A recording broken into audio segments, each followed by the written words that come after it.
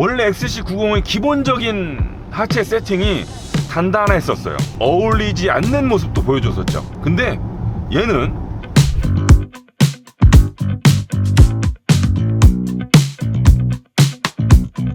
볼보 시승할 때마다 항상 하는 거 있죠? 아리야, 시승하러 가자. 티맵 추천 경로로 안내를 시작합니다. 자동차 에어컨 온도를 22도로 설정할게요. 시트 통풍을 켤게요. 오늘 인유동 하늘은 맑고 오후에는 비가 오겠습니다. 트래비스 스콧의 구수범스 들려드릴게요. 보신 것처럼 내가 루틴에 설정해 놓은 여러 가지 기능들이 한 방에 활성화되고 있죠. 음악 재생, 날씨 안내, 목적지 안내, 이런 것들이요. 지금 이 차 신형 볼보 XC90입니다. 지금부터 황카. 지금 저희는 올림픽대로를 달리고 있고요. 다리 이음매가 계속 이어지고 있거든요. 지금 서스펜션 감도를 부드러움으로 놨습니다. 퉁퉁. 자, 요런 느낌. 그 다음 단단하게로 바꿔요. 퉁퉁. 단단함으로 바꾸자마자 그 노면의 잔진동이 훨씬 많이 넘어옵니다. 여러분, 제가 공교롭게도 오늘 신형 XC90 시승하러 오는 길에도 XC90을 탔습니다. 타고 온 차는 구형이었고 지금 얘는 신형이고요. 트림은 똑같아요. 타고 온 차 XC90 B6 울트라 구형이라서 에어 서스펜션 없었고요. 지금 타고 있는 차는 신형 XC90 B6 울트라 에어 서스펜션 있죠. 이 차이를 어렵지 않게 느낄 수 있습니다. 원래 XC90의 기본적인 하체 세팅이 에어 서스펜션 유무를 떠나서 원래 좀 통통 튀고 단단했었어요. 행사장에 오면서 타고 왔던 차도 그런 모습을 잘 전해줬었고요. 뭔가 프리미엄 SUV 느낌은 나. 묵직하기도 하고 뭐 승차감 꽤 고급스럽고 좋긴 한데 휠도 큰데다가 하체 세팅이 워낙 좀 단단한 쪽으로 돼 있어서 못생긴 요철 있죠? 조금 잽으로 넘어오는 모서리 날카로운 요철을 딱 밟으면 탕 하는 느낌, 통통 튀는 느낌이 넘어올 때면 이 볼보의 편안한 캐릭터, 또 XC90의 기암이란 위치에 잘 어울리지 않는 모습도 보여줬었죠. 좀 단점이었어. 근데 얘는 에어 서스펜션이 들어가면서 이런 점이 상당히 많이 지워졌습니다. 저희가 예전에 구형 XC90 T8 플러그인 하이브리드 모델 시승했었거든요. 걔는 에어 서스펜션이 들어가 있었어요. 상당히 승차감 좋다고 말씀을 드렸던 걸로 기억이 나요. 지금 이 B6는 T8보다 하이 트림이지만 승차감에 있어서는 꿀릴 게 없어졌습니다. 지금 노면 상태 꽤 좋은 올림픽대로 시속 80으로 쭉 크루징하고 있잖아요. 에어 서스펜션 느낌 나요. 이 에어 서스펜션의 효과라는 게 분명 있긴 하거든요. 물론 저한테 어떤 차가 에어 서스펜션 있는지 없는지 사전 정보를 전혀 알려주지 않고 눈 가리고 동승석에 앉아가지고 달리면서 있게 없게 맞추러 가면 헷갈리긴 할 거예요. 왜냐면 코일 스프링을 쓰면서도 에어 서스펜션 달린 차들만큼 승차감 좋은 차들이 있으니까요. 근데 분명한 건 없는 차보다 좋긴 합니다. 단순히 그냥 단단함에서 부드러움으로 정도만 바뀌는 게 아니고 같은 부드러움 안에서도 뭔가 좀 더 고급스러운 부드러움으로 바뀌거든요. 에어 서스펜션을 넣으면. 그런 점에서도 장점이 있고 SUV의 경우에는 차고 조절을 하는데도 적극적으로 써먹을 수 있고요. 꼭 험로 주행을 하지 않더라도 고급 SUV의 경우에는 뭐 승하차를 하거나 짐을 내렸다 실었다 할 때 좀 더 편리함을 주기 위해 차고를 낮춰주는 쪽으로 써먹을 수도 있고, 또 XC90의 경우에는 에어 서스펜션이 들어갔을 경우에 4C 액티브 셰시가 들어가거든요. 1초에 500번 주행 상황을 모니터링해서 실시간으로 어느 정도 단단하게 할지 어느 정도 부드럽게 할지를 계속 바꿔준다고 하죠. 이렇게 부드러워지기도 하고 더 고급스러운 부드러움을 주기도 하고 차고 조절을 할 수도 있고 부드러움과 단단함을 적극적으로 오갈 수도 있고 장점이 상당히 많습니다.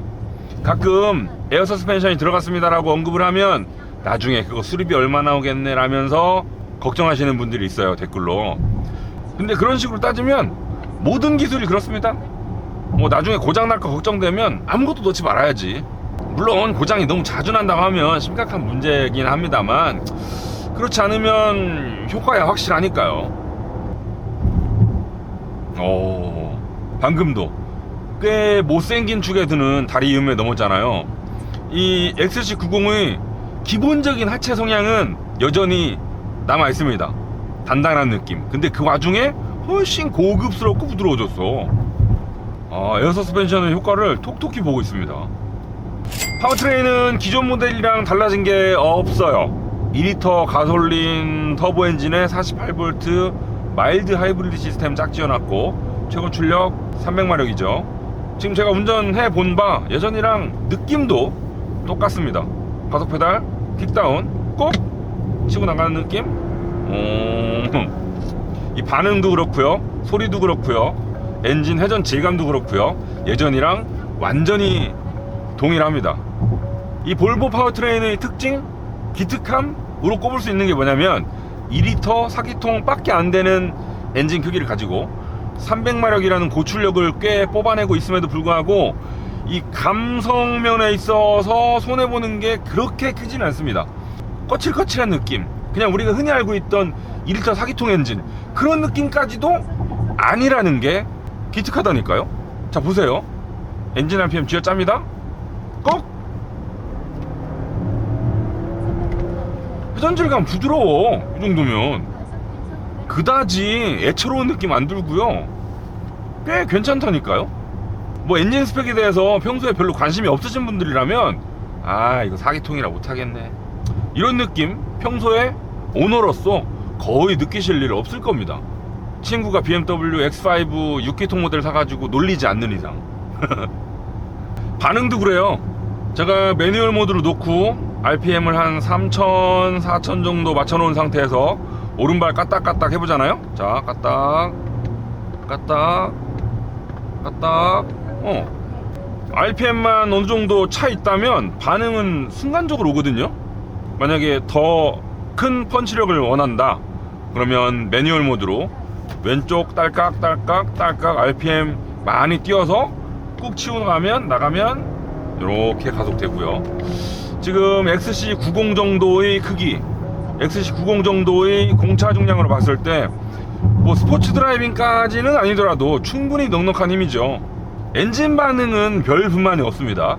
다만 그냥 뒤에다 놓고 달리다가 가속 페달을 꼭 밟았을 때 내 생각보다 조금 뒤늦게 뛰어나가는 건 변속기 때문입니다. 변속기가요 엄청 빠르진 않아요. 자, 지금 뒤로 한 시속 90km 정속 주행 중에 킥다운 합니다. 꼭 시프트 다운까지 속도가 조금 걸리거든요. 매뉴얼로 변속을 해도 마찬가지예요. 자, 한번 딸깍 뒤로 당겨서 다운 다운 다운 다운 업 업 업. 짜릿한 운전 재미를 즐길 수 있을 정도의 반응은 아니에요. 하지만 XC90이 그러라고 만든 차가 아니잖아요. 저는 요 정도의 반응이라면 크게 불만은 없었는데 평소에 운전을 좋아하는 사람들이라면 조금만 더 빨랐으면 좋겠는데? 라고 생각을 하실 수도 있는 수준. 그리고요, 저는 사실 이 변속기 반응보다 다른 불만이 하나 있는데 사소한 거긴 한데, 자 보세요. 지금 매뉴얼로 당겼죠? 시프트 업 다운을 좌우로 하게 되어 있거든요. 다운 다운 다운 업 업 업 할 때 센터 터널이 같이 움직입니다. 얘는 가만히 있고 굳건하게 버텨주고 얘만 딱딱 움직이면 훨씬 조작감이 좋을 텐데 이걸 딸깍딸깍 할 때 얘가 같이 움직이니까 뭔가 볼보답지 않은 구석이랄까? 자, 오른쪽 코너죠. 왔다리 갔다리 전혀 없고요. 차선 중앙 잘 유지하고 있습니다. 자, 주황색으로 운전대 잡으라고 경고를 시작했고요. 제가 손을 살짝 갖다 대면 아직 모르죠? 살짝 흔들면 이제 알았죠. 요즘 유행은 정전식이거든요. 그냥 이렇게 갖다만 대도 운전대 잡은 걸 알아채는 방식. 하지만 볼보는 토크 감지식을 쓰고 있습니다. 볼보가 그동안 안전을 정말 중요하게 생각해왔던 브랜드잖아요. 뭐 교통사고 조사단을 운영하는 것도 그렇고, 안전기술을 세계 최초로 만들어왔던 역사도 그렇고, 안전도 테스트에서 별점 받는 것도 그렇고, 여러모로 볼보와 안전은 항상 끄덕끄덕입니다. 인정 안 할 수가 없어. 근데 그런 볼보가 아직 토크 감지식을 유지하고 있으니까 뭔가 특별한 이유가 있나? 정전식보다 토크 감지식이 더 안전해서 그러나? 싶은 생각마저 들기도 하고요. 정전식은 운전대 잡은 상태로 좋을 수도 있거든요, 딴짓하거나. 그래서 요즘은 운전자 눈동자를 항상 감시하는 센서도 함께 달려나오잖아요. 제 생각에도 정전식이랑 그 센서를 조합한 방식이 가장 최신이고 안전하지 않을까 싶긴 한데, 여러분의 생각은 어떠신지, 정전식과 토크 감지식 둘 중에 뭐가 더 안전하다고 생각하시는지 댓글로 남겨주십시오. 그 다음 정숙성, 예전에도 그랬고 지금도 그렇고 큰 불만 없어요. 풍절음 딱히 거슬리지 않았고요. 이번에 신형되면서 엔진룸이랑 캐빈 사이에 격벽이 있잖아요. 거기에 흡음재 같은 걸 조금 더 추가했다고 하는데, 그 덕분에 몇 데시벨 낮아졌습니다 까지는 제가 모르겠고요. 뭐 예나 지금이나 조용해요. 원래 구형 XC90은 어라운드 뷰랑 후방 카메라를 동시에 안 보여줬었거든요. 이제 같이 나오죠. 훨씬 좋아진 점이고. 여기서 고를 수도 있네. 이렇게 하면 크게 나오나? 오, 이렇게 하면 후방만 나오나? 아, 같이 이렇게 하면 측면은 왜 또 한쪽만 보여줘? 둘 다 보여주면 안 돼? 그냥 동시에? 자, 저희는 중간기착지에 도착을 했는데, 이번 신형 XC90에서 가장 많이 바뀐 점 중에 하나가 또 인포테인먼트 시스템이죠.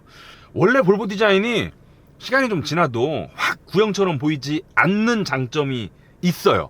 그래서 그나마라도 지금 나온 지 꽤 됐음에도 불구하고 그다지 구형 같은 느낌이 적었지만, 디스플레이의 작은 크기는 어쩔 수가 없었죠. 그래서 이번에 그걸 확 키웠습니다. 11.2인치인가 됐어요. 물론 요즘 이거보다 더 큰 디스플레이 달고 나오는 차들 많이 있죠. 그래서 와 엄청 크다까지는 아닌데, 기존 게 워낙 작았기 때문에 이제는 끄덕끄덕, 이제는 25년 신차 같아졌어요. 근데 조금 신기한 거 뭐냐면, XC90보다 한참 동생이라고 볼 수 있는 EX30에도 12인치가 넘는 스크린을 쓰고 있거든요. 근데 얘는 11인치야. 더 나중에 나왔고 훨씬 위급인데 스크린이 더 작다는 건 살짝 이상하죠. 제 짐작에는 아마 EX30에 들어가는 12인치 모듈을 넣으려고 보니 송풍구의 최소 면적이라던가 기존의 대시보드 형상에다가 끼워 넣었는데 뭔가 물리적으로 한계가 있지 않았을까 싶은 짐작이 듭니다. 이번에 바뀐 인포테인먼트 시스템, 뭐가 가장 큰 차이점이냐, 예전에는요 딱 이 자리에 물리 버튼이 있었거든요. 홈 버튼. 얘는 터치로 바뀌었는데 그걸 누르시면 지도가 작았다가 전체 화면으로 떴다가 요게 바뀝니다. 그래서 이게 홈 화면인 거예요. 홈 화면에서도 내비게이션이 항상 떠 있다. 그리고 내비게이션이 떠 있는 와중에도 자주 쓰는 기능들을 바로 써먹을 수 있다. 예전에 어떤 기능 쓰다가 다른 기능 쓰려면 홈으로 나갔다가 또 눌러서 들어왔어야 됐잖아요. 하지만 이제는 홈에서도 자주 쓰는 기능들의 접근이 한 방에 가능하다. 앱 화면에 보시면 누구 오토 있죠. 여기 들어가셔서 아까 저희가 시승기 찍기 시작할 때 말씀드렸던 루틴을 저장할 수 있습니다. 여기서 루틴 만들기로 가시면 내가 차에 탔을 때, 아니면 내가 특정 명령어를 말했을 때 차가 어떻게 반응할지, 이런 걸 나한테 맞게 루틴을 저장해 놓으실 수 있고요. 티맵, 플로우, 음악 듣는 거, 이런 건 원래 다 있었던 것들입니다. 신형 인포테인먼트 시스템에서 가장 자랑하고 있는 건 웨일 브라우저죠. 웨일 들어가시면 벌써 누가 황카를 튀어놨네. 지난번에 조금 바뀌었는데 확실히 더 이거 토르의 망 조금 바뀌었는데 확실히 더 이 사람 말 잘하더라고. 네이버 검색 같은 거 다 하실 수 있고요. 그냥 태블릿이나 휴대전화에 깔려있는 브라우저랑 똑같이 쓰실 수 있습니다. 여기 보시면 유튜브 아이콘 바로 옆에 웨일 브라우저의 아이콘이 조그맣게 붙어 있습니다. 단추처럼. 요건 웨일 브라우저의 유튜브 바로가기거든요. 티맵 스토어에 가셔서 다른 앱들을 깔아가지고 쓰실 수도 있습니다만, 유튜브 전용 앱이 아니고 웨일 브라우저의 유튜브 바로가기로 되어 있는 이유가 있습니다. 이 인포테인먼트 시스템용 유튜브 앱을 따로 개발하려면 그것도 시간 걸리고요. 또 유튜브에다가 이 기기를 인증받아야 되거든요. 그것도 시간이 많이 걸려요. 그러니까 복잡하게 그러지 말고 매일 브라우저를 통해서 유튜브 같은 걸 보실 수 있게, 유튜브뿐만 아니죠, 디즈니 플러스나 쿠팡 플레이 같은 것도 브라우저를 통해서 감상할 수 있도록 해놓은 겁니다. 그래서 이 인포테인먼트 시스템을 보시면 볼보가 정말 수입차 브랜드들 중에 일찌감치 투자를 시작했고, 그 결과물이 여기 짜잔 하고 깔려있다고 보시면 돼요. 확실히 가장 발전됐고요, 제일 한국화되어 있습니다. 아리야, 동승석 창문 열어줘. 안전상의 이유로 아직 지원하지 않는 기능입니다. 아리야, 운전석 통풍 시트 최대로 켜줘. 운전석 시트 통풍을 최고 단계로 설정할게요. 아리야, 실내 온도 21도로 맞춰줘. 자동차 에어컨 온도를 21도로 설정할게요. 아리야, 운전석 통풍 시트 끄고 실내 온도 23도로 맞춰줘. 잘 못 들었어요. 여러분 보신 것처럼 이 아리아가 우리말 인식률은 정말 좋거든요. 다 알아들어. 근데 뭐 두 가지 명령어를 한 번에 말하거나 아니면 안전상의 이유로 몇 가지 기능은 안 해주는 것도 있고요. 아무튼 우리말은 정말 잘 알아듣는다. 이 음성인식 기술이 진짜 몇 년 사이에 눈부시게 발전한 것 같아요. 제가 몇 년 전에 이런 조사를 한 걸 봤어요. 자동차에 달려있는 여러 편의 장비 중에 가장 쓸데없다고 생각하시는 게 뭡니까? 라는 조사를 한 게 있었거든요. 그때 대답이 음성인식이었습니다.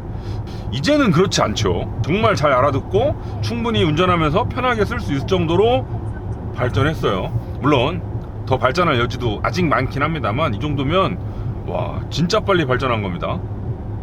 내비게이션 이렇게 놓으면 지도가 길게 나오잖아요. 확실히 길 안내 보기에는 이렇게 세로 포맷이 훨씬 좋고요. 저는 평소에 운전하고 다니면서 항상 서울 시내를 내비게이션만 놓고 다니니까 내가 지금 동쪽으로 가고 있는 건지 북쪽으로 가고 있는 건지 이 동네가 길이 어떻게 생긴 건지 한참 다녀도 잘 모르겠더라고요. 그래서 가지고 있던 로망, 이렇게 정북 방향 고정을 하나 띄워놓고 또 내가 가는 쪽으로 3D 모드를 띄워놓고 이렇게 두 가지를 동시에 보는 게 로망입니다. 지금 이 XG90은 그걸 아주 잘 해주고 있어요. 그 다음에 이번에 여기 센터 터널 디자인이 좀 바뀌었죠. 특히 이 휴대전화 무선 충전 패드가 요 자리에 이렇게 있었거든요. 그래서 진짜 원래 없었던 거 넣느라 애썼다, 궁여지책으로 넣었구나, 이런 생각이 들었었는데 이제는 그렇지 않습니다. 앞에 넉넉히 툭 던져서 집어넣을 수 있는 자리가 따로 마련됐고요. 여기는 그냥 수납 공간으로 쓰게 됐습니다. 대시보드 디자인도 직물 섞고 또 우드 그레이는 사용 면적이 넓어지니까 훨씬 더 따뜻한 느낌 많이 나고요. 바울센 윌킨스 스피커 그릴도 예전에는 그냥 구멍 뽕뽕뽕 뚫려 있었거든요. 근데 지금은 그렇지 않아요. 지금 패턴이 한결 더 고급스럽고요. HUD는 요즘 기준으로 조금 작은 느낌이 있죠. 살짝 크기를 이제는 좀 키워줘야 될 듯 싶고요. 저희가 이번에 신형 XC90, S90 두 모델의 디자인 변경 사항들 영상 올려드렸더니 어떤 분이 이런 댓글을 달아주셨습니다. 야, 볼보 디자인 참 대단하다. 10년 된 차를 세련된 이미지로 팔고 라고요. 저는 그 댓글을 보고 100번 공감했습니다. 그치, 사실 따지고 보면 나온 지 되게 오래된 차인데 우리가 XC90을 떠올리면서 오래된 차라는 생각을 그렇게 많이 안 하거든요. 이거야말로 브랜드의 힘이고 마케팅의 힘이고 또 디자인의 힘이 아닌가 라는 생각을 했습니다. 이번 신형 XC90, 특히 지금 저희가 타고 있는 B6 울트라 트림, 얘는요 뭐 공간이나 안전 같은 건 원래도 잘했던 거니까 그렇다 치고 거기에다가 새롭게 바뀐 디자인, 조금 더 젊어졌죠, 세련돼졌죠, 편해졌죠.